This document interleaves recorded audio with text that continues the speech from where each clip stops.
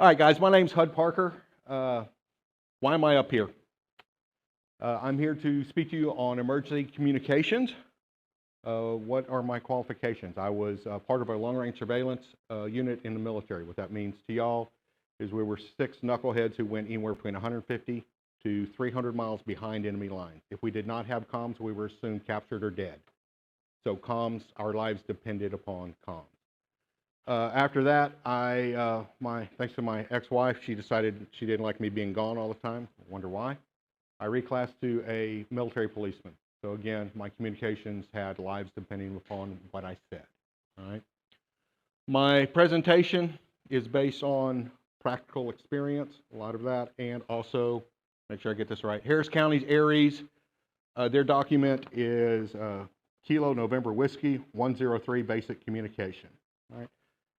I don't have a fancy slide presentation or anything like that. I'm just not that kind of guy, all right? The objective is to introduce skills specific to emergency communications and understand the differences between normal communication and emergency communication, all right? This is heavily geared towards radio. However, it applies to normal voice communication as well. Based on that, how many of you are radio operators?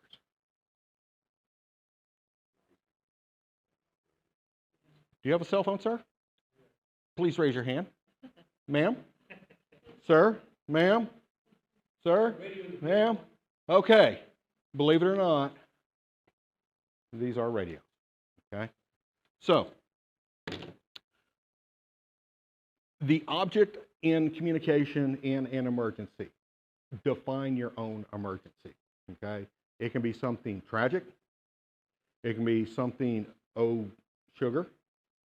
It can be something to where it's just a family emergency that applies to your net group, okay? The object is to communicate effectively and as quickly as possible, okay? Without a minimum thrust, again, I already went over the life and death. Not all of us say things that can or will impact hundreds of people or even thousands of people on a daily basis, okay? My goodness, if my high school English teacher were here, she would love me right now. Listening is at least 50% of the communication, all right? I'm horrible at that. I'm a horrible interrupter, and I guess it's my lack of patience, all right? When you're listening, you're focusing on what you're doing, and make sure your attention doesn't drift, because at that point you could lose a critical part of a message, all right? As my English teacher in high school said, you have 2 ears and 1 mouth. You should be using the 2 more than the 1. All right? Stay focused on what counts when you're in an emergency communication situation. Remember, you're trying to help out people. Could be yourself, but you're trying to help, and you need to stay focused on what you're doing. It could be complicated by any number of things. Noise, a weak radio, weak signal. All right, those of us that are radio operators, QRM, which is man-made noise, QRN, which is natural noise, and other technology. Microphone techniques. This is one that a lot of people screw up.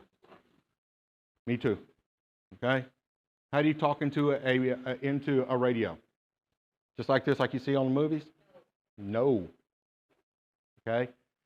There is if you're in the ham community there in San Antonio, this fellow's name is Bob Rod. Good God, when he dies, we're going to lose a library of knowledge, all right? He calls it the rule of thumb. Number 1, you should speak across your mic, not into it. And Bob Rod's rule of thumb, that way you're far enough away. If you speak into it, straight in, you could overmodulate, fancy term, and that's even for a phone. Don't yell into your phone. Okay, you could overmodulate and screw up your message. She's not here. A lot of you in here know her. My wife, Liz. God, she's got a 93-year-old grandmother. All right, grandma, bless her heart. She wears hearing aids. No big deal. But Liz thinks that the louder she speaks into her phone, the louder grandma is going to hear. Well, Grandma hadn't touched her volume. It's going to come across the same way, doesn't matter how loud you yell into it, okay? I'm forever on her about that, all right? Well, you know what? I forgot to tell my funny story. You forgot to remind me to tell my funny story. I'm going to interrupt this just because this one's funny. And it applies to somewhat this. Pay attention to what is going on. I am giving a LamNav and map reading for the next 2 meetings, and then we're going to have a practical at the October camp out, all right? So here I am. One morning I get up early and I'm working on my presentation, and I get up, I'm ready to go to work, right? Go in, talk to Liz. We both work. We both work from home. She looks at me and says, "Are you going to work?" I said, "Well, yeah, I'm going to go shave and shower and everything else." She says, "You're 15 minutes late." I lost an hour somewhere, folks. I have no idea. But the presentation's almost done. Okay, listening, weak signal, microphone techniques. We've gone over that. Speaking a normal, clear voice. As I said, raising your voice. Speak at a normal pace. I've just been reminded politely that I need to slow down my speech. Okay? Pronounce your words carefully. Good God. And I'm not one to say anything about that. I'm going to throw Liz back under the bus again. She gets irritated because I have a word that I use that just gripes her ass. Okay? And it doesn't irritate her, it gripes her ass. I use the word egg, A-I-G. You want to know what an egg is? Say it. Yeah, it's what a chicken lays, those white things that you buy in a store. It's an egg. No, she fusses at me and says, it's an egg. That's exactly what I said, egg. Okay? Make sure that you slow down and enunciate. You know, again, I do it more as a joke to irritate her, and it works. Okay, adjust your mic so that you, again, this goes back to your mic. Stay at about 2 inches away, and that's your rule of thumb. You know, don't talk into it, talk across it. And if you have even with your cell phone, I mean, don't get it right up here, okay? Talk the way they're made to talk. If you're talking to someone, obviously the 2 inches, you might not want to use that technique. But if you have a radio with a mic, adjust your mic gain so that you're not over modulating. If you're using radio, again, a lot of this is radio centric, but it applies to a normal everyday as well. If you're using a mic, adjust your mic gain so that, again, you don't overmodulate. Overmodulation, for those of you who are not familiar with that, is where your voice comes across, everyone else is coming across normal, your voice comes across squeaky and everything else. There you go. Pull the other one, and then you got to pull hard on it. Pull hard. There we go. It's going to save that ice, isn't it? Okay. If you're in a comms situation, make sure that it would be best to use headsets and a hand control mic, okay, or a foot control mic. Do not use your Vox or your voice activation. Try to use a noise canceling element if you can. Handset switch. Repeaters. Okay. This is for those of us who use repeaters, not just hams or amateur radio operators, but also GMS people. If you're going to use a repeater, a lot of repeaters have timeouts in them, okay? And someone else could be speaking on that repeater, okay? And it'd be just like a classroom or a class with people. Can you explain what a repeater is? I will here in just a moment. It's part of it.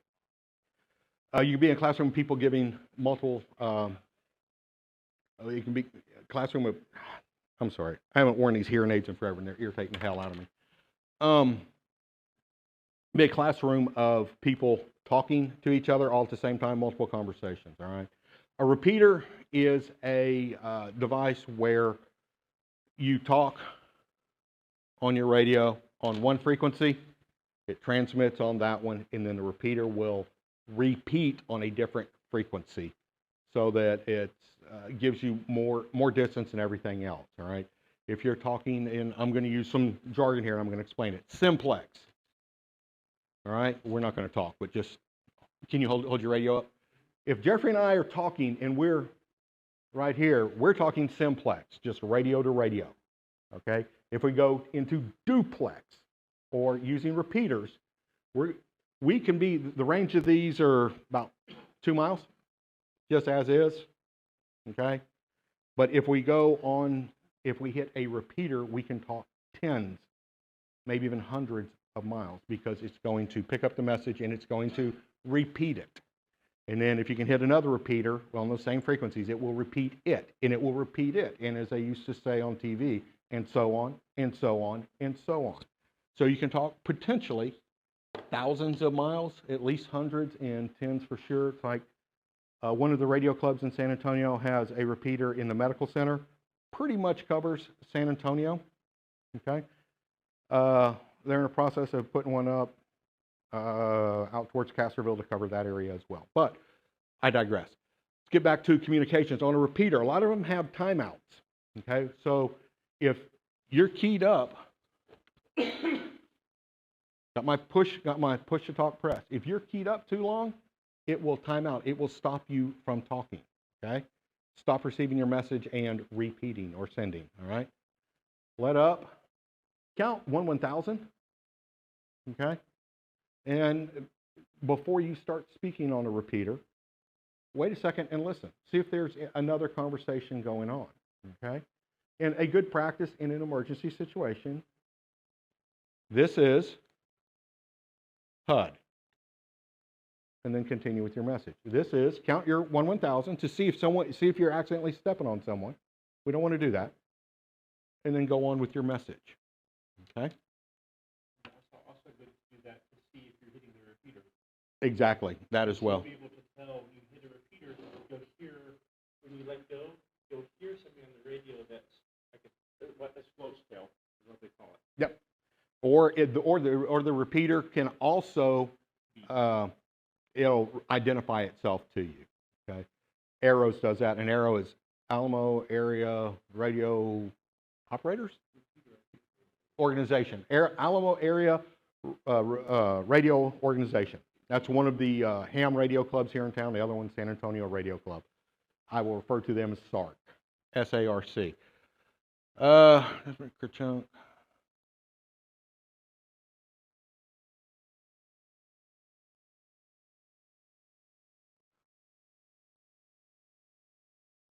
My apologies. I've given this presentation 2 or 3 times, and I've jumped in front of myself trying to figure out where I am.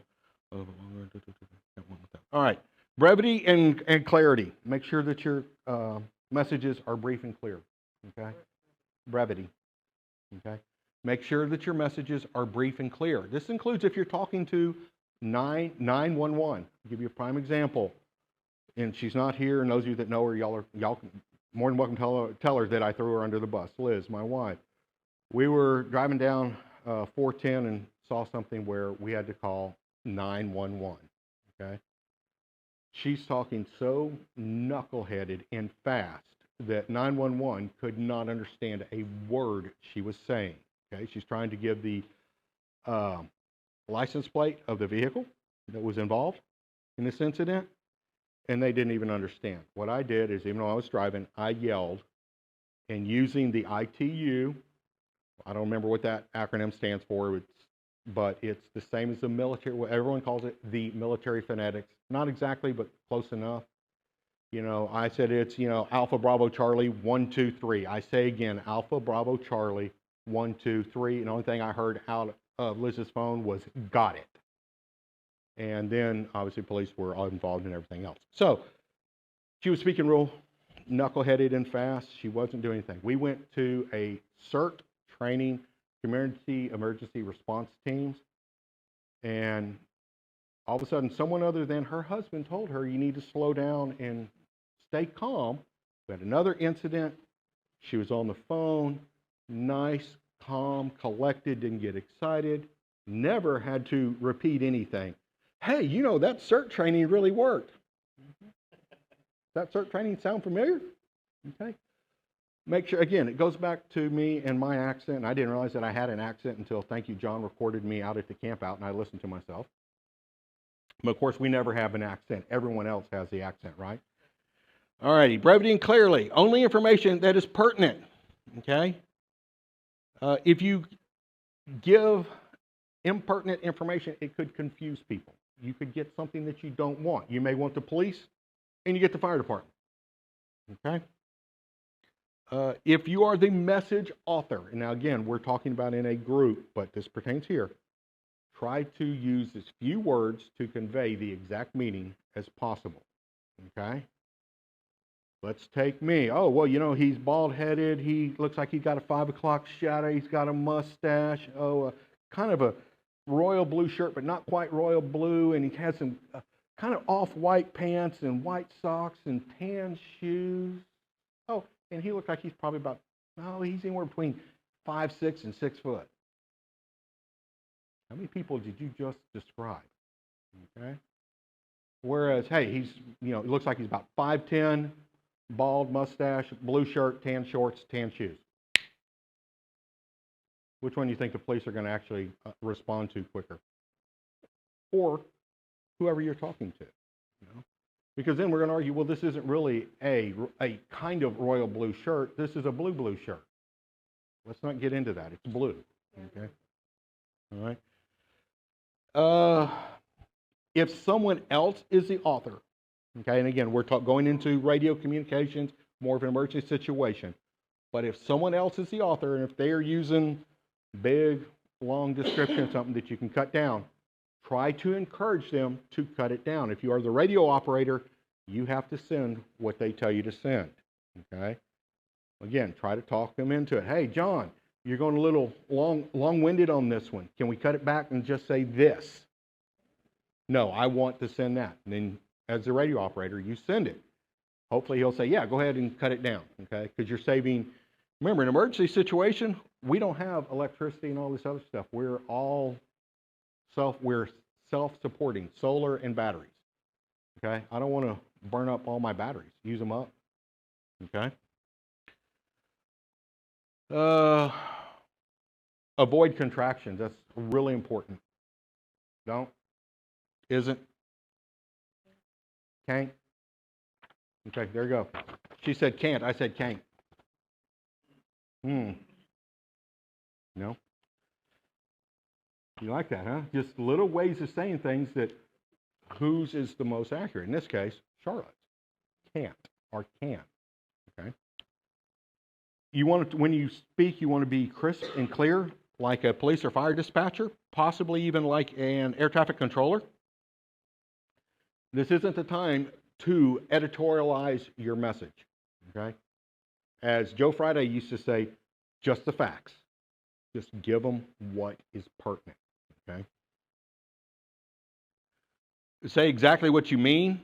Oh, here we go. Yeah, say exactly what you mean. Use specific words, okay? We go back to the description that I was. All right, another one is, Jeffrey and I are talking in a emergency situation, all right? We're going to call him Station Jeffrey. I'm Station HUD. We have Station John and Station Charlotte. Okay? I'm talking to Station Jeffrey. Hey, you know that place we were talking about? That's where it's going to happen. Where's it going to happen, Charlotte? John, where's it going to happen? Okay. Jeffrey and I know, but how's the rest of the people involved in communication going to know? Hey, Jeff, it's going to happen at Clark High School. Everybody knows whatever it is, okay?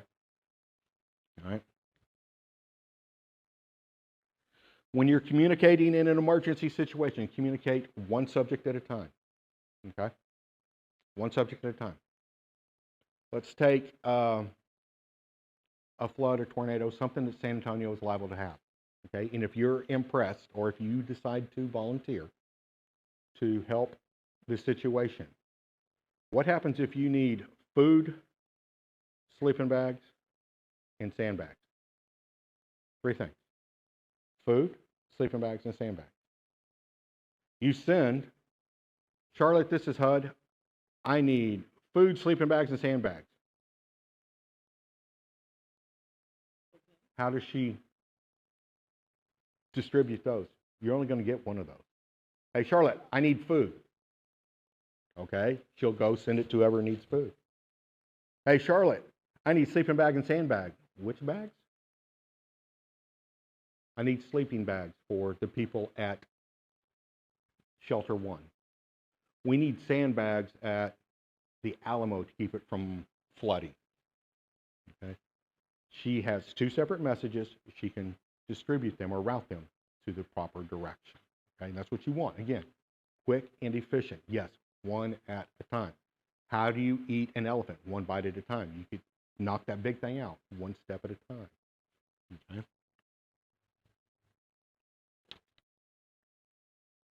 Plain language, avoid using jargon. Yeah, I actually be saying that. I've been using jargon this whole presentation. Okay? Jargon is technical slang or specialized terminology used in daily conversations. Most of us know it without thinking. Radio operators, QRM. We got it, right? Man-made noise. Non-radio operators, you know what QRM is? What if I was to throw QRN? Natural noise.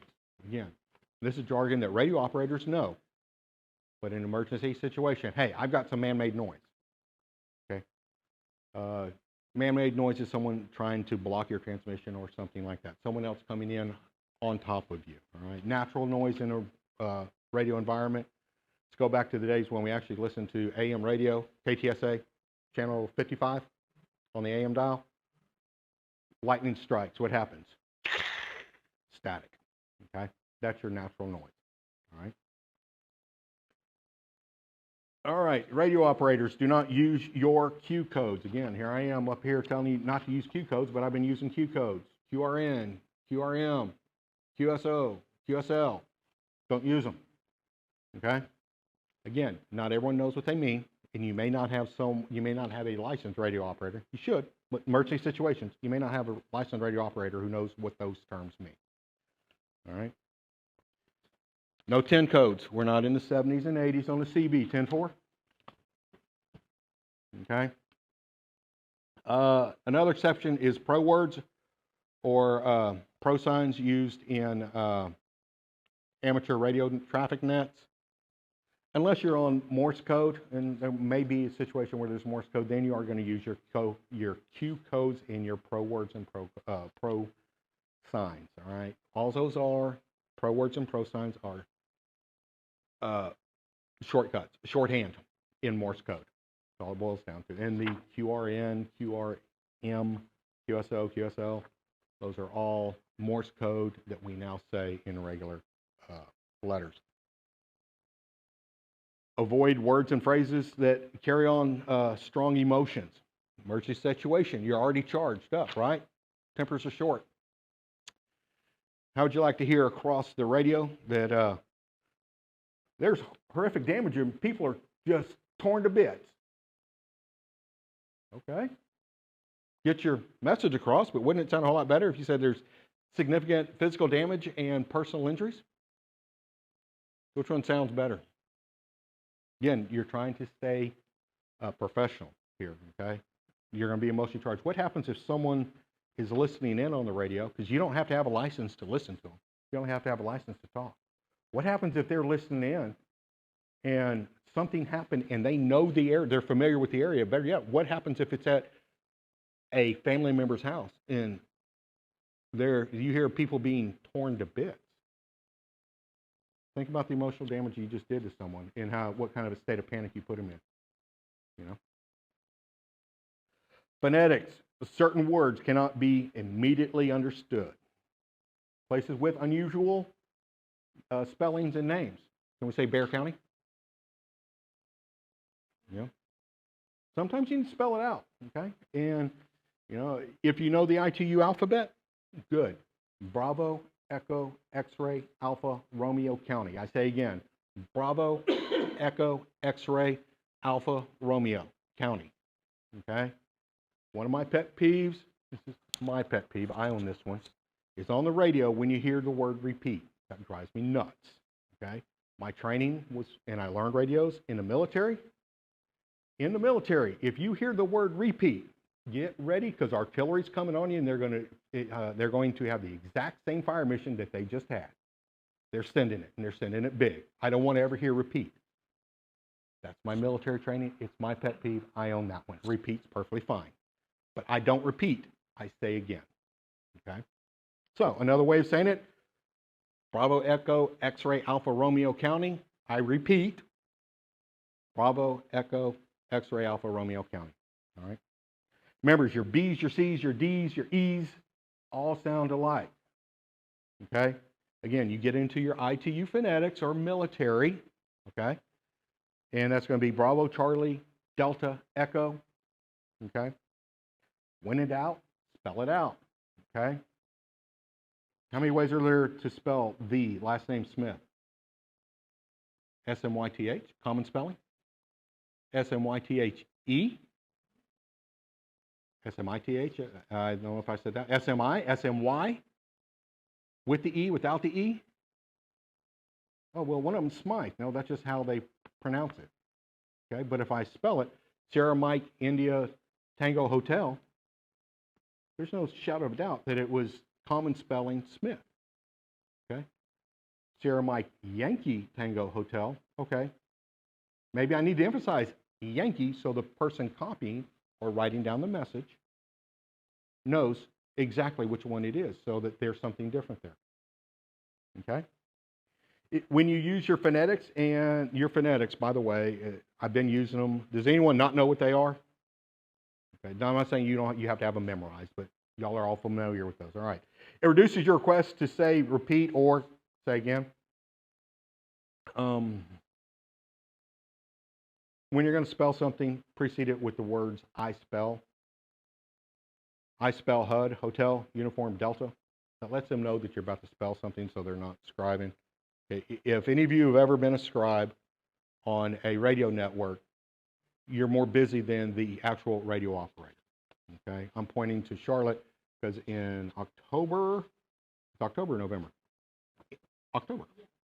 This past October, I was the network control, and Charlotte was my scribe. In 3 hours, we had 8 pages of notes. She had 8 pages of notes of messages. So she was a lot more busy than I was. All right, I was just talking on the radio. All right. Again, the ITU and the military alphabet is essentially the same.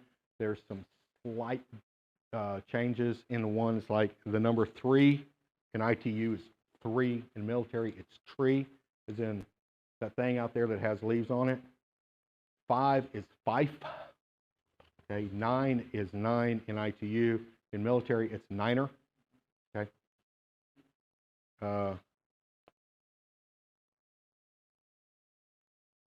This isn't the time for cutesy, non-standard, made-up humorous call signs. A lot of people will use call signs as a way of remembering them. Okay. A lot of us have a friend. His name is Travis Few. Right? He's a ham radio operator. All right. His call sign is November 9, Echo Oscar Delta. Okay. November 9, Echo Oscar Delta. Standard way of saying it. Those of us who know Travis know he used to be in the explosive ordnance disposal. You reckon you know what the EOD stands for now? Echo Oscar Delta. If he knows you on the radio, he will identify himself as November 9, explosive ordnance disposal. If he doesn't know you, anyone else, he's Echo Oscar Delta. Okay? Ways of actually remembering stuff. My call sign, Whiskey 5, Zulu Bravo Romeo. If you know me, you know that the Zulu Bravo Romeo is radio spelling for an 8th generation cattle brand that's mine, registered. Z-bar. It's a Z with a line underneath it.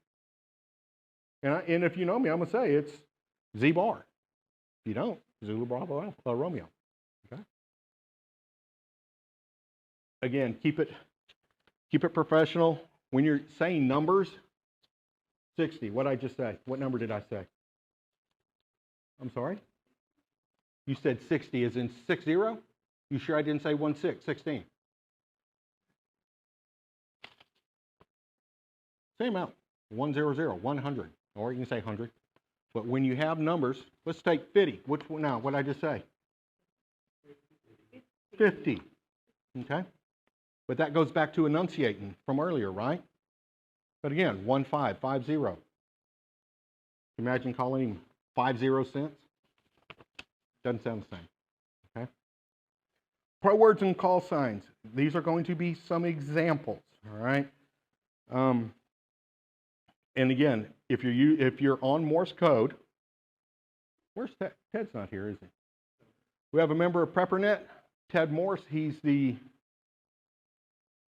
great-grandson or great-great? He's the great-great nephew of Samuel Morse, who invented Morse code. But no, he does not know his own family code. Okay? All right, here we go. Morse code. When we end a conversation, end of contact, okay, we're going to say clear. You know, in the military, it's out. Okay? In civilian world, it's clear. Morse code, it's Sierra Kilo, SK. All right? Over is to let the person on the other end know that you're finished talking. In CW, it's Alpha Romeo, AR. When you're ready for someone to speak to you, call me, Charlotte. Call me on the radio. HUD, this is Charlotte. HUD, this is Charlotte. Charlotte, this is HUD. Go ahead. Come on. Bring your message.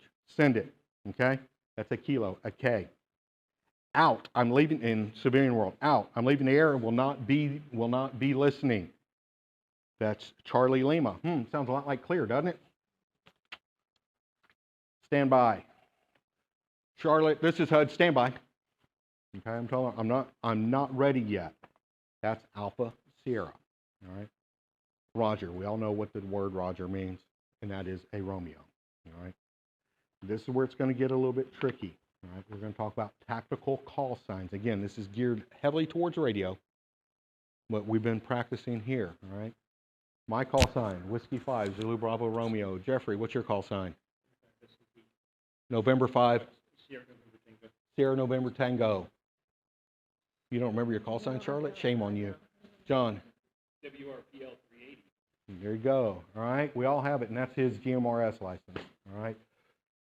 My GMRS license, I just got it Tuesday, so I'm cheating. I'm going to read it.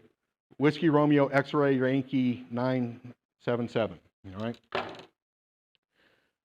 If you are in a situation, and let's say you're in the EOC, the Emergency Operations Command of Bexar County down at what used to be Brooks Air Force Base.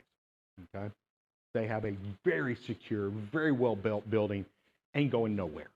Okay?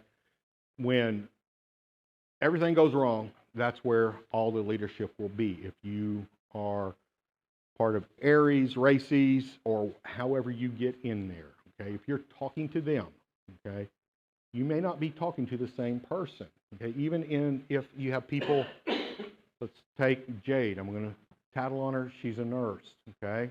Jade, your tactical call sign is going to be Mercy, okay? Have them make a little bit of sense, okay? But is Jade going to be on standby at the hospital 24/7? No, okay? So what happens if John takes over? That's John, by the way. Takes over for Jade. He's still Mercy, right? But he's going to be whatever his radio call sign is, okay? It's just another way of identifying. It's like at the race we were at. Charlotte and I were net control. It's abbreviated net. So if you need to talk to me, you can abbreviate it net, or you can say net control, okay? And this would be it's called a controlled net. So everything goes through net control. It's like the old game of Mother May I. Mother, may I speak? Net, I have traffic for you. No, I'm not ready yet. Okay, or go ahead and send it, all right? You're going to have tactical call sign. We had 4 different radio stations at 4 different locations, okay? And at least one, there were 2 people. Okay, to make it easier for me to keep up with, and more importantly, for my scribe to keep up with, we used tactical call signs. Okay, I don't remember what they were. It had to do with their location. You had Hilltop, you had Creek Crossing, okay, whatever. Okay, whatever you want your tactical call sign to be. As net control, Mother May I, you're the one who says your name is, your name is, your name is, or your location name is, your location name is, your location name is. That's used in all emergency and public service events. Okay? Oh, if you want to listen to ham radio 147.380 on Monday nights at 9 o'clock, Arrow, I actually had to remember that frequency. Arrow has a check-in net. It's just a network where everybody checks in, and when I say everybody, there's no more than about a dozen of us on, all right? And we're just checking in. There's normally a news. What time does the news start? 8:30? 8:30 the news starts. It normally lasts for anywhere between 15 and 25 minutes. By news, it's the national news from the Amateur Radio Relay League, which is our big lobby group for ham radios. It's basically your weekly news for what's going on in ham. Okay, and it's worldwide. And you listen to it, and then whenever it ends until 9 o'clock, we have had, I don't think we've had it in a while, slow code, which is learning Morse code. And then at 9 o'clock, we start with the actual network. And it's just a check-in, okay? You know, and they'll read a script. It's real simple. Hey, this is Arrow's net. This is a directed net. Please respond only when spoken to, you know. And if there's any emergency traffic right now, send it. Okay, no emergency traffic. We're going to go with the check-ins. Alpha through Kilo, send it. And if your call sign, mine doesn't, I'm a whiskey, I'm a W, I have to wait, okay? Even though I want to hop on there and be first. Hey, this is me, I'm first. No, I'm a W. I haven't been directed to do that. Now, is it, oh my God, strict? No, not at all, all right? Now, in an emergency situation, they may stick to that, all right? It all depends upon who's the guy running your network, all right? Net control will assign each location as it is open. So when they call in, check in, okay? They say, I'm on station, okay? Okay, fine, you're on station, rock and roll. This is your tactical call sign, all right? Now, when we're at our race, for some reason, I don't know how they found us, but a lot of the radio operators found us. We were kind of hidden away intentionally. They found us, so I assigned them their call signs when I was face-to-face with them, okay? Your call sign generally provide some information about the station. Net control. San Antonio EOC, that'd be the operations center, and this is just an example. Firebase 1, it's going to be your primary fire base, fire station, what have you, okay? Checkpoint 1, that's obviously a checkpoint number 1, okay? Shelter, and whatever, let's call it Canyon Shelter. So Canyon High School shelter. You know, if there's emergency, they're sheltering people in their gym. Canyon Shelter, okay? Mercy, 9 times out of 10 is a hospital. All right. Let's take a call sign that everybody or nearly everybody knows. In the military, what is your medevac call sign? And I just blanked out, just as I said it. There goes that story. I'm blanking out here. I'll think of it here in a minute. All righty. How do you make a communication? And you've heard examples. It's always you, this is me. Okay? Hey, Jade, this is HUD. Not, hey, this is HUD. I need to speak to Jade. Well, you're calling Jade, you know, like on the phone. You know, hey, I want to talk to such and such. No, identify yourself, all right? You, this is me, all right? And if you are talking to aid 3, dust off.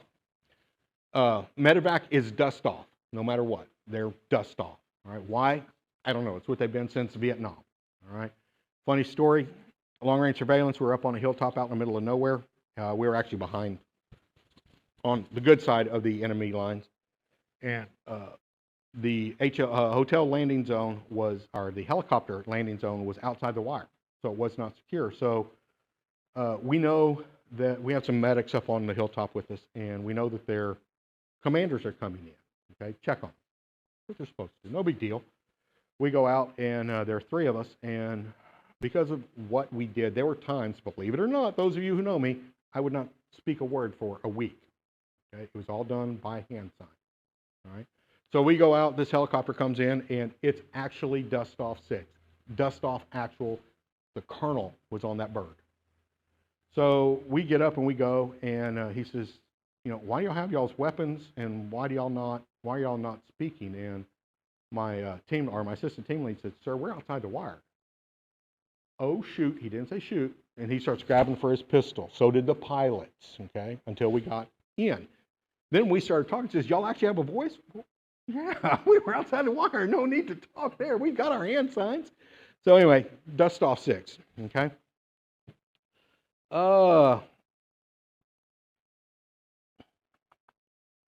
Keep this short and sweet and simple is call sign.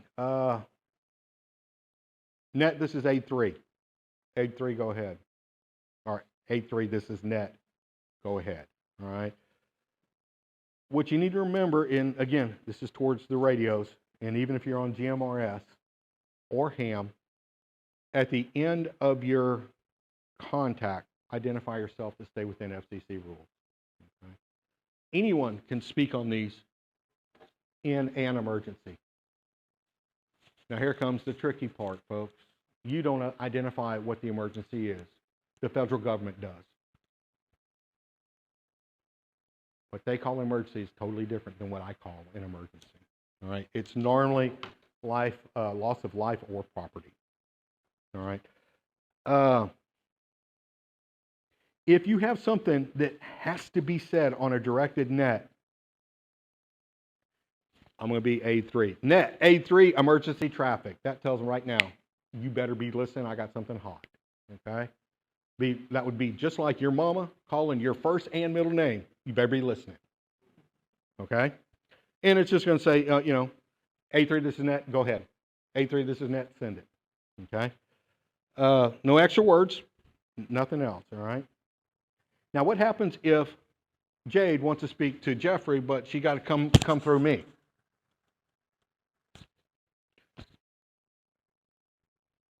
Net, this is what I call you, Mercy. Net, this is Mercy. I have traffic for Jeffrey. Now, in this case, 2 things can happen. 1, Jeffrey, contact Mercy for traffic on the same frequency.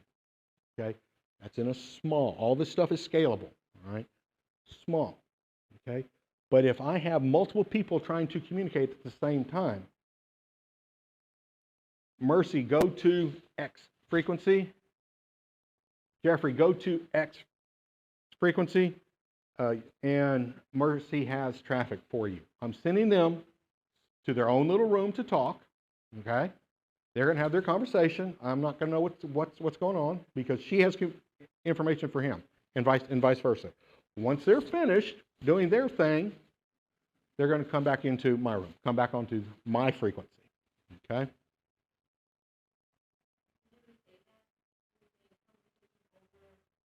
Just you can say, net, this is Mercy. I'm back on your frequency.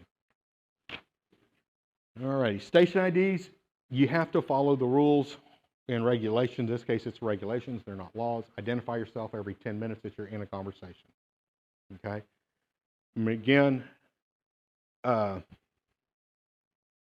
you want to identify yourself at the end of each exchange. An exchange is a conversation. They normally don't last 10 minutes, all right? Completing the call. Habits to avoid. Thinking out loud over the air. Okay, you don't want to do that. Again, short, sweet, to the point, concise.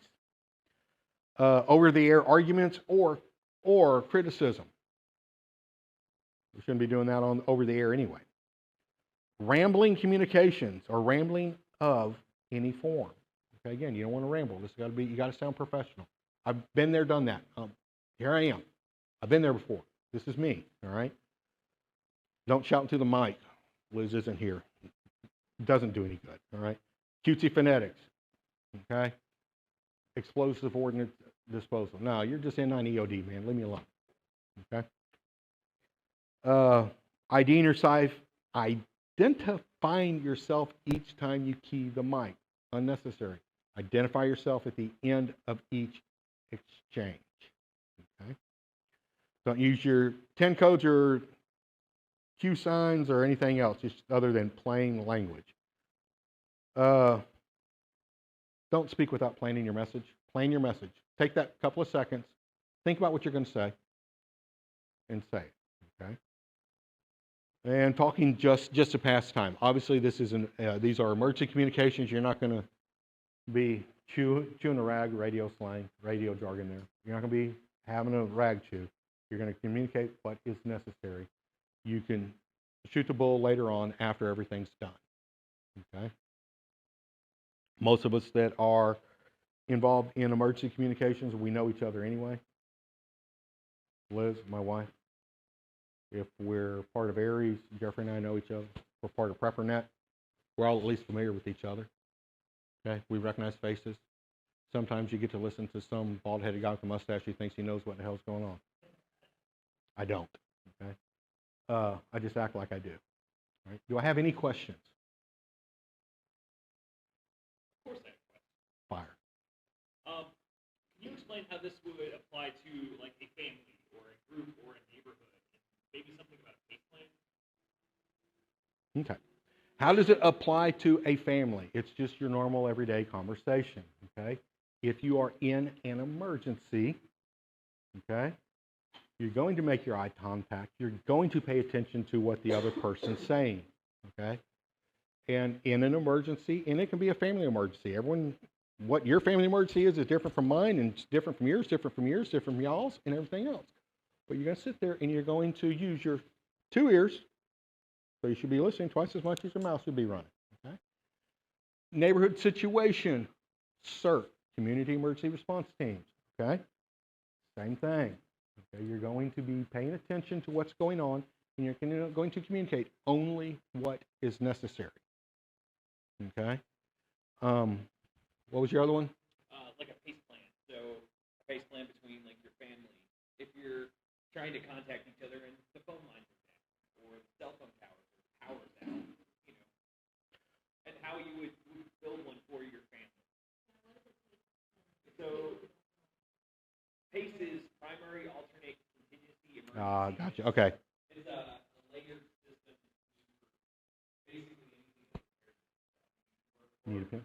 communication or security or food storage, whatever you're looking for. Got it? Having different No, no, because yours was broken. communication. So the primary would probably be cell phone, text message. Pace plan, you're going to have to figure out what works for your family. Okay, we have, Liz and I, and we have a niece that we're very close to. We have our plan and your primary. Everybody's favorite. Okay, batteries go dead or cell towers go down. Why do you think I got the GMRS license? Okay, GMRS isn't working. We're going to go to ham. Okay, how do you need to decide for your family what works. I can't tell you how to run your family. I would not even presume to do that. But you need to think of and we're in Preparedness, guys, okay? Right now, we need to think of the what ifs. We can what if anything to death, right? That's what we're in here for. We're in here to what if X. Well, we're going to do A, okay? What if this happens? If you think about it, you've at least started formulating a plan, okay? We're in here because we don't necessarily believe the skies are all blue and the world is all rosy, okay? It's not. The sky is blue, yes, but the world is not rosy, all right? We're here to help ourselves get better and be prepared for that, oh, sugar, all right? So with that, figure out what works for you. Is your family amateur license or amateur radio license? I can tell you right now, in my family, one person has got their ham license. Okay? So she claims. Okay? my wife and my niece are both claiming to be studying for their ham, but I can guarantee you, I know for a fact that my wife's ham study book is dusty as hell. Okay?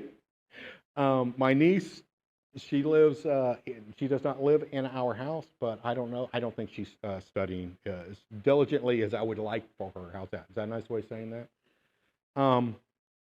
GMRS. GMRS is great. You know, that's our alternate. This is our only GMRS radio. It's not even the legal GMRS radio. So what good is it doing us? But we have the plan in place, okay? We actually have, and I see, Jay, let me finish this now. I'll turn it over to you. We actually do have an emergency plan that is written that we've all gone over. Now, 4 years old, I need to update it, and we need to go back over it, all right? But again, do we know what is going to happen? No. Do we have a plan if something happens? Yeah, we do. I'll tell you right now, if something happens to San Antonio, and you determine what the something is, where we cannot bug in, where we have to bug out, I'm gone about 300 miles northwest of here, out in the middle of nowhere, okay? And I'll be okay there. Yes, ma'am. Oh, yeah. GMRS. What was it? Yeah, it's 35. General, I don't remember what it's. There you go, General Mobile Radio Service. It's $35, and there is no test for it. All right, you go onto the FCC, you apply for it, pay them your $35, and unless there's a glitch in the FCC system, you'll get it within 24 to 48 hours. I applied for mine at 8 o'clock one night, and I had it at 3 o'clock in the morning the following morning. Okay. It covers your whole family, immediate family, you and your spouse. Okay. Kids, stepkids, nieces, nephews, brothers and sisters, and that's as far as I'm willing to say right now, because I'm not for sure how far it goes. But I know it includes nieces and nephews, so I made sure of that. Okay, one license. So my license of Whiskey Romeo X-Ray Yankee 977 will cover Liz, Esperanza, and me. Okay. It will include my sons, but they're overseas. I'll get you in just a second. It will include my sons, but they're overseas, our daughter, who's off doing her own thing. It includes your family. It's a family radio service. It's akin to your FRS, which is your family radio service, which are the little vacuum pack radios that you can buy in Walmart or any sporting goods store that say they're great for 5 miles. They're really only good for about a quarter mile to a half mile. Okay, GMRS, you're allowed a little bit more power, so you can talk twice as far. But radio is all dependent upon, there are too many things. Yes, ma'am.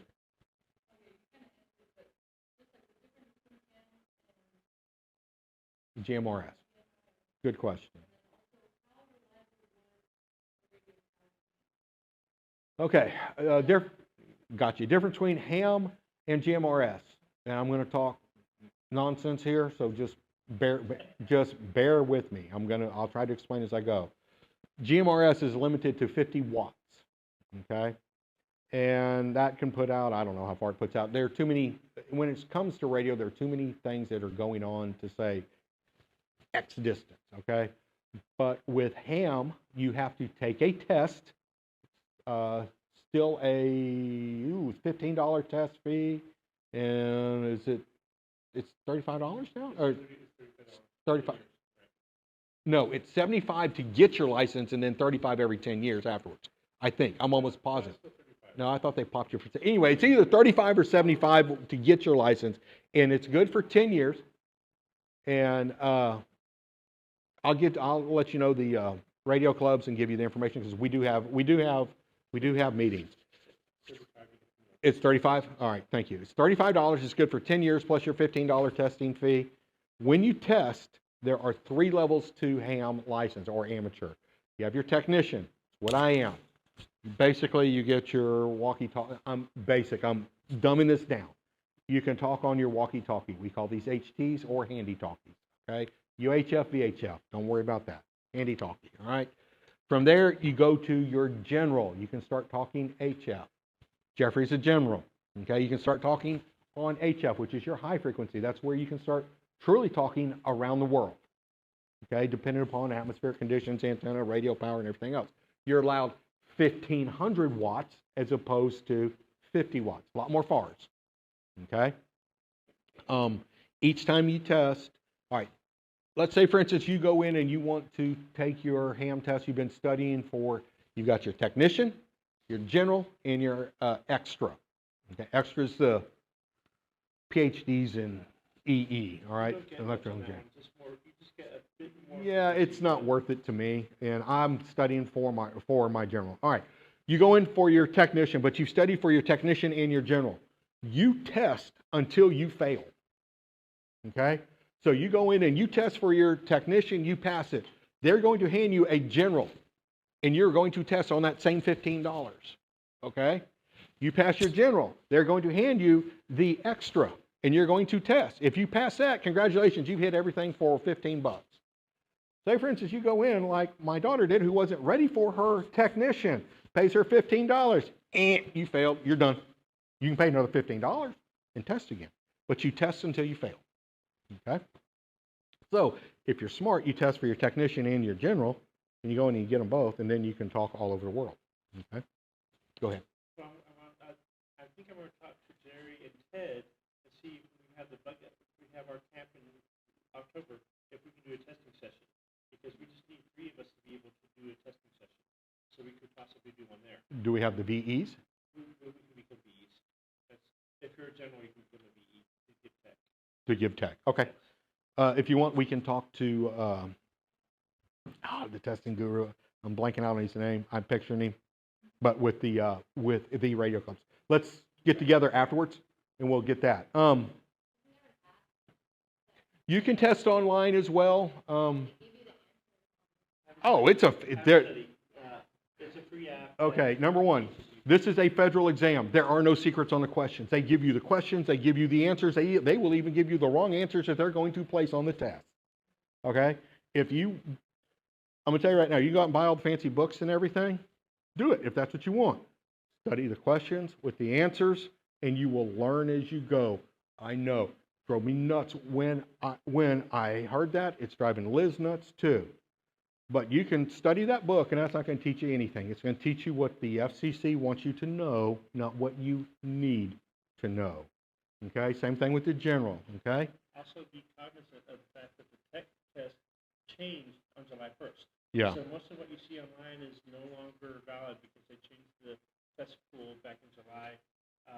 Jason, Ham Radio 2.0 on YouTube, is doing a tech class. You can go watch his YouTube channel, and he's doing a tech class every Sunday night for the next 3 or 4 weeks. You can do that on Ham Radio. It's Ham Radio 2.0 on YouTube.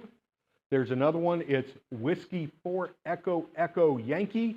They go through the AARL textbook for all 3 levels. That's if you want to learn a little bit more in depth and actually understand what's going on behind the questions and everything else. You can go on YouTube and look it up. Just make sure. Which one are you needing? Whiskey 4 Echo Echo Yankee? Yeah. W4EEY. If you need to know it, ask. I don't bite too hard. Did that answer your question on the ham radio versus GMRS? Kind of? It's just the power and what you can do with it. That's the bottom line. Okay.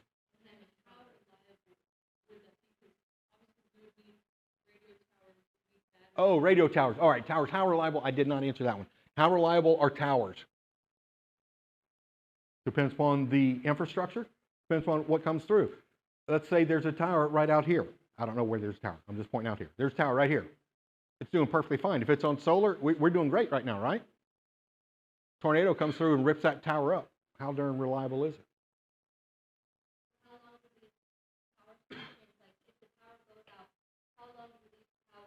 Have battery life, yeah. It all depends on too many things. Whereas with a GMRS or a ham, I wish I'd have brought my backpack. I thought about it. I have a backpack that has a very heavy mobile radio that I use as a portable, all right? Handy, talky, portable.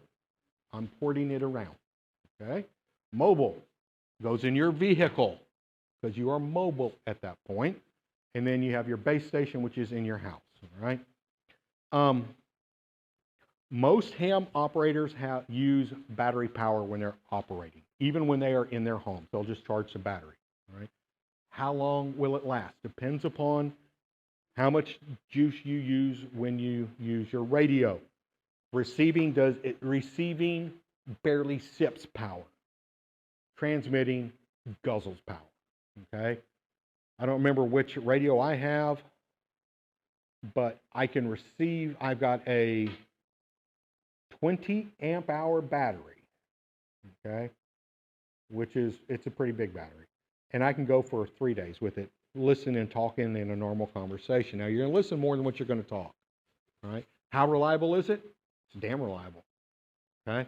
I've got my antennas, multiple antennas. I mean, this is not the only antenna I have on this radio, all right? I have other, and I can attach those to this, and all of a sudden I can get from a couple of miles to 5 miles, okay? I have my battery. Depends when you get into the HF, when you get your general, you get into the propagation in the atmosphere and sunspots. And this is a hobby, because it is a hobby, okay, that there are so many different rabbit holes that you can go down. You choose your rabbit hole. And your rabbit hole may be the same as mine. It probably isn't. Okay, let's take Travis. And you heard me talking about N9EOD, Travis, all right? I think he's up in Illinois. I think he's done here in Texas. I think so. I need to call him and talk to him. But he was in the Air Force. He was down here. He was big into doing POTA, Parks on the Air. Okay, it's a contest that a lot of people don't get serious into the contest. But you go to a designated park.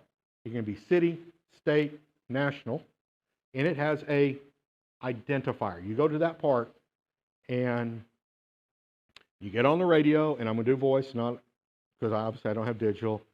CQ, Charlie, Quebec. Well, what does Charlie, Quebec sound like when you say it? CQ. Seek, S-E-E-K, U, Y-O-U. Hey, anyone out there? I'm trying to find you. Okay, CQ, POTA, Parks on the Air. CQ, POTA. This is W5, Zulu Bravo Romeo, W5 ZBR, CQ POTA. And you wait for someone to say, hey, W5 ZBR, I'm at Park 123. I read you. However, they give you a signal strength.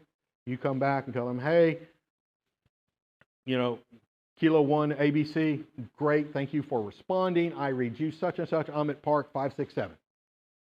Rock and roll. There you go. That's one contact, all right? He was big into doing that, all right, to the point to where I was with him a couple of times. He spoke from Government Canyon State Park over there on the west side all the way down to Venezuela. He spoke to California and Washington regularly, Canada regularly. Help me out. Where else did we speak? Florida all the time. There were a couple in France, a couple in Germany, and I think one in Czechoslovakia. That's about it. Am I missing any? I think that covers the whole broad spectrum. But from San Antonio, you're talking to Slovakia. How reliable is it? Depends on your radio, depends on the atmosphere, depends on you, how much you want to put into it. Okay. As far as radio towers, with ham, you do your own radio tower. How reliable is my radio tower? I'm going out of shot here. How reliable is it? As long as you don't break it, it works, right? Yeah. Okay, I have another one on another radio that I can literally tie into a knot. Will not hurt it. No, don't do that one. That one, you'll break that one. It's called a signal stick.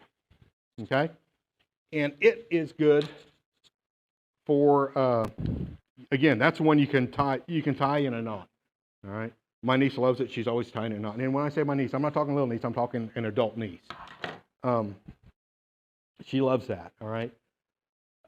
You can get into building your own antennas, okay, if that's the way you choose to go. It's not the way I'm going to go.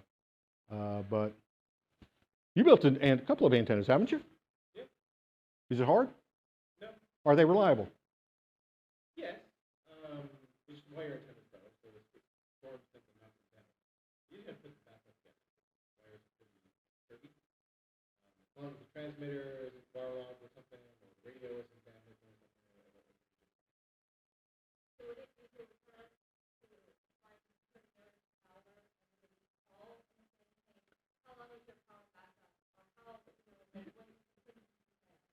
Well, you're going to get involved in you're going to get into a lot of red tape there, and it's a real good question. Let me repeat it for the microphone. I've been forgetting to do that. Can you remind me to repeat the question? If you're looking into radios and hams, contacting the owner and seeing what their contingency plan is and what their battery backup is. I can tell you right now, most of them are 72 hours, okay? You start getting into, yes, sir. So if you have you been on Repeater Book, I think it is the website, where it has all the GMS repeaters in your area, and usually it'll give you a little information as far as how far it can broadcast, and sometimes it will put battery capacity. And you can actually reach out to get permission to use the repeater, and they'll give you all of the different settings that you need to have to reach that repeater properly. I think it's GMRS book or repeater book. It's Repeater Book. Right here, it's got an app. Repeater Book, okay?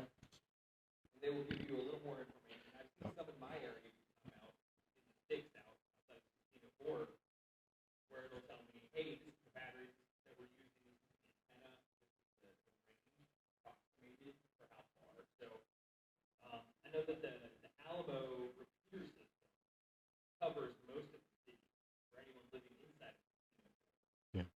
So you can reliably, I guess, contact most people within the city via the GMRS. Here you go. From here right now, you can talk to the northeast, and you can talk to the northwest with the handheld. Yeah. On the GMRS, from where we're sitting right now. I think I was reaching bullets from south of Universal City.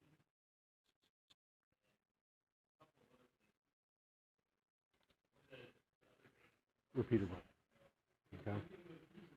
There's your repeaters, and that tells you how far they are from right here. That's picking up from right here. I just opened it up, all right? And that's their cost. And then if you want to find out information, just click on it. It tells you there's 70 centimeters. So the frequency, the transmit is 441, is it 1250? And you got a 5 megahertz offset, so you're at 446, 1250. It's fusion, which means nothing to you. Wires don't mean anything to you. Then it gives you all the other information about it. Does that make sense? And that's just like an amp, A repeater. It's an amp extender. Okay. 'Cause, okay, here we go. Okay, here we go. Okay, I'm talking. But the bottle can hear me. So because the bottle can hear me, you can hear me now. That's a repeater. That makes sense? You can hear me. But the bottle can't. So now the bottle's going to receives on one, relays it on a different. and these repeaters are put through by who? Juliana asks a very good question. Who puts the repeaters up? Yes is the answer. Whoever wants to. Okay. They are generally, you take the one I was talking to you about with Arrow, the 147380 repeater is owned by the Alamo Area Radio Organization or organization. Okay. We own it. And when I say we, I'm the secretary on of the club. We own it. All right. It's ours. All right. If you wanted to put up a repeater, you could. There's a way that you can register it and everything else. Okay. And you could put it up, and then it becomes yours. And then who is responsible for it? You are. Okay. Or whoever can put it up. So who owns the repeaters? Yes. Bexar County has one if they can find it. Actually, they have 2 on the same frequency. They can't find one of them. Maintenance came in and moved it, all right? It's not, no one stole it. It was in a secure location. Just someone went in to maintain it and took it out and forgot to remind everyone else that they took it, all right? So the county has some. The state has repeaters, all right? And the city, I mean, think about your police radios, okay? Those are all not too much different from this, okay? And their radios in their cars, not too much different from this. By the way, the radios in their cars are repeaters for their handhelds, okay? But then they have to be able to talk to their substation, and it's via a repeater, all right? These silly things, the black box of knowledge, okay? What you call a cell tower, it's a fancy word for a repeater, okay? So who owns the repeaters? Yes, someone. It all depends. Again, you're asking a very good question, but your answer was the broad answer to that is whoever wants to, okay? Whoever wants to maintain it. Am I missing anything, Jeffrey? John? Am I missing anything? Okay. You had a question, Jade? Well, I was just going to say, when somebody is an editor or a beginner, rather, what are some qualities that they want to look for in radio? Why you gotta ask the hard ones? All right. The question was, if you're just getting into radios, what are you looking for in your radio? I'm gonna tell you what I looked for. Okay? Because everyone's going to do something a little bit different.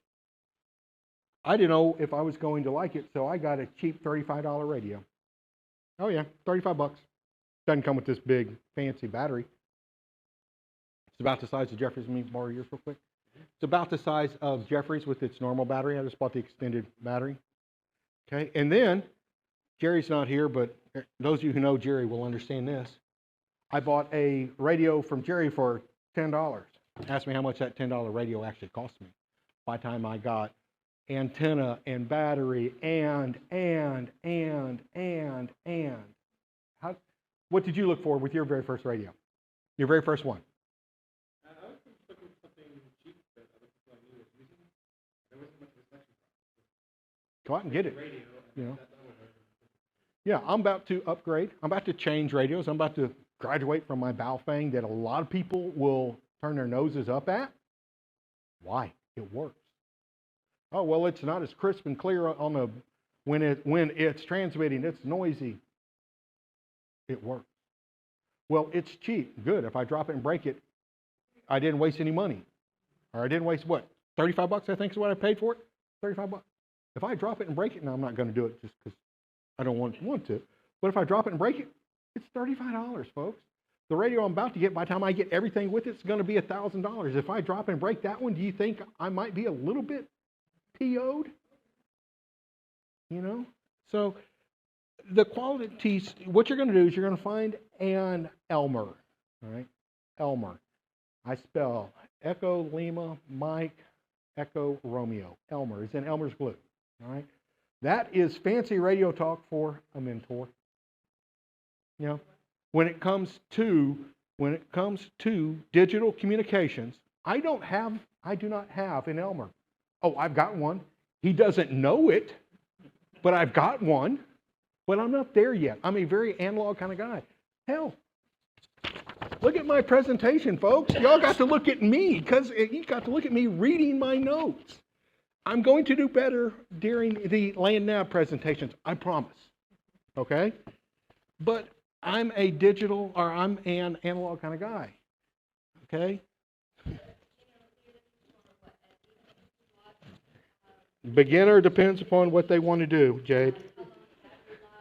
Yeah, you'll learn. Okay, here we go. Here's one that people love to give me a hard time about. And I laugh at them. Because you know what? I don't care how many batteries go out. I still have my calendar, folks. I still do it on paper. Your batteries can die because, you know, you're putting it into your phone. Your phone gets wet. What happens? Oh, look, this is right in the rain paper. It can get wet all day long, and it still keeps everything on it. Okay?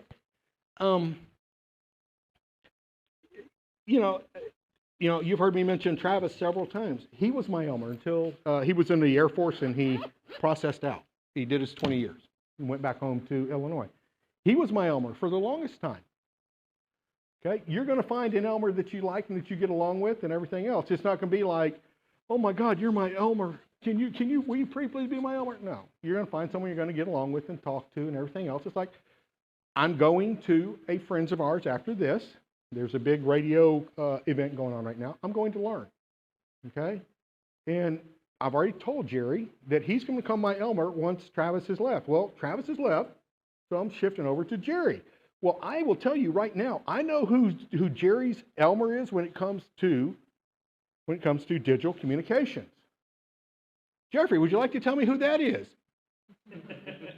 Okay, why do you think when it comes to Digi, even though we haven't talked about it, why do you think he's going to be my Elmer? If my Elmer trusts him to be his Elmer,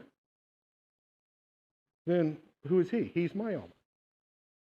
Okay, so you're going to find someone that you get along with, and you're going to find someone that wants to go down the approximate rabbit holes, and you're going to do it. Where I was going to with Travis and his POTA and everything else. Then he got contacted by Civil Air Patrol, and he got into balloon tracking via radio, and he sent it's called a Fox. A Fox is about the size of 2 9-volt batteries stacked on top of each other, okay, wide and everything else. Matter of fact, it's powered by one. And what you do with the Fox is it's called a fox hunt. Is you take I will hide that fox, and I will tell you it's going to be hidden in this park. Find it. That's your hint. I'm hidden in this park. It's like I hid it in McAllister Park twice. It's hidden in McAllister Park. You know how big McAllister Park is? Probably, about 400 acres? That's your hint, is it's hidden in McAllister Park. You got to find it. People found it, okay? We won't get into everything else. But anyway, he sent his Fox close to 100,000 feet in the air. And that's how they were tracking it. And then once the balloon popped, it came down. Well, now he's got to go find his Fox. See, he's on the real Fox hunt, huh? And he did it. They did it several times. NOAA, the National Oceanic, the weather people, they send weather balloons up from Del Rio. Okay, that's where our weather comes from. Weather balloons are sent up from Del Rio at the Air Force Base there, McLaughlin. And occasionally they'll come over San Antonio. Well, when they come over San Antonio, Travis hops in his car and he tracks them down. And he's got 3 or 4 of them that he's found because the federal government doesn't want them. Love our federal government, your taxpayers at work. They don't want them. Once they send them up, it's disposable to them. Well, if you find them, you can reprogram them and use them yourself. Okay? So what rabbit hole do you want to go down? Okay? Jerry is big into EMCOM, emergency communication. He's big into that. Okay? Nothing wrong with that.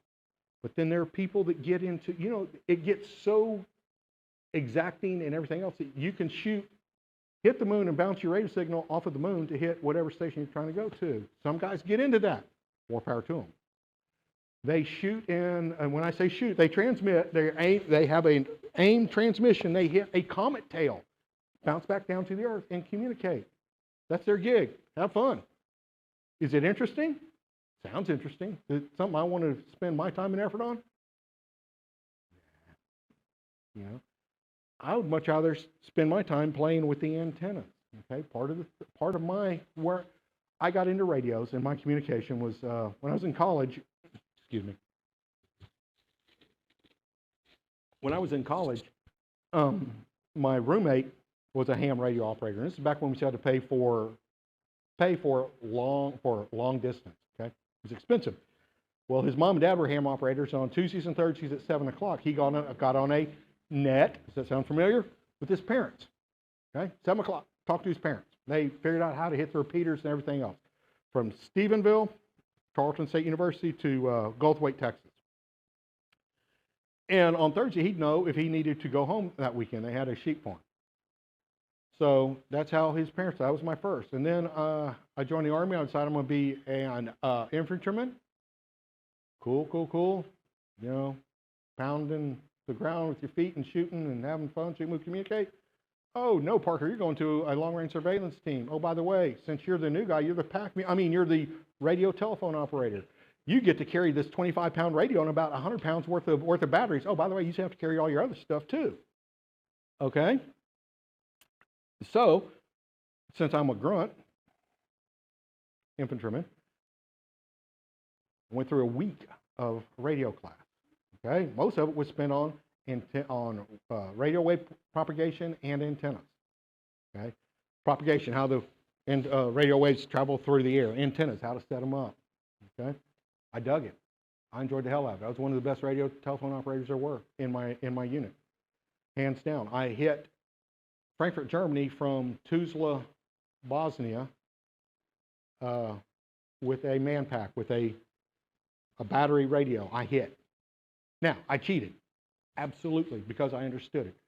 The radio that I use is called a butterfly. For those of you who are familiar with it, it's a dipole, which is 2 wires with an inverted V connected to it. Inverted V sounds like what it sounds like. And I was on a mountain, so I was up high, and I was using the electromagnetic wave of the Earth.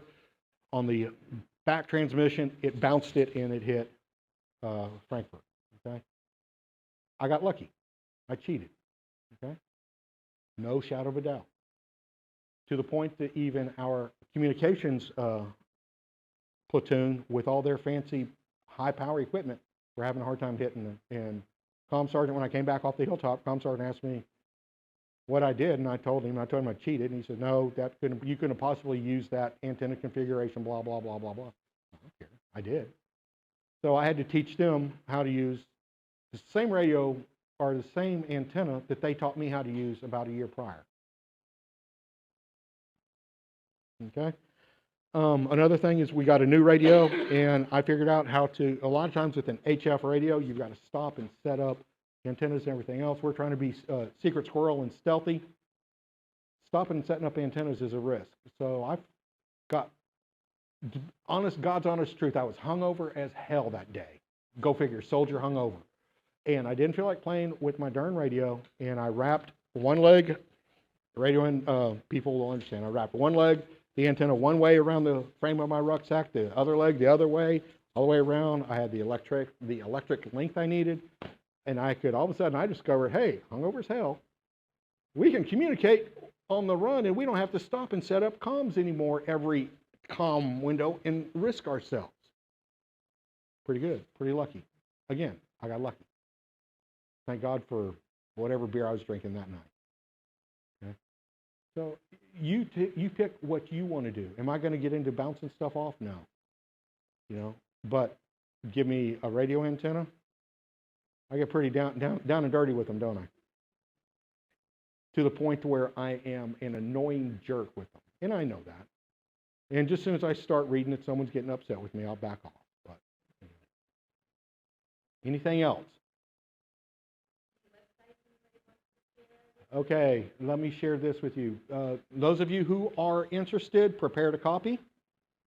Radio clubs.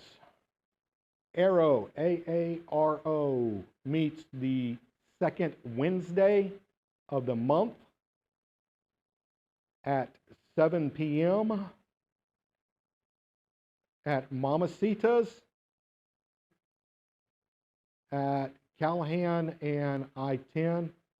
If you want to eat, please don't be there any later than about 6:15 because they're slow on their service. Okay? San Antonio Radio Club is the second Thursday of the month at 7 o'clock at Blanco Barbecue at Blanco and Wurzbach Parkway. Again, come early, join us, and shoot the bull with us and everything else. The differences in the two. I'm going to explain it the way that Travis explained it because I like the way he did it. The AARO is more like the NCO club. We're a little bit more laid back. SARC is more like the officer club, a little bit more strict and stiff and everything else. Okay? They both have their pros. They both have their cons. All right? Do I have any questions?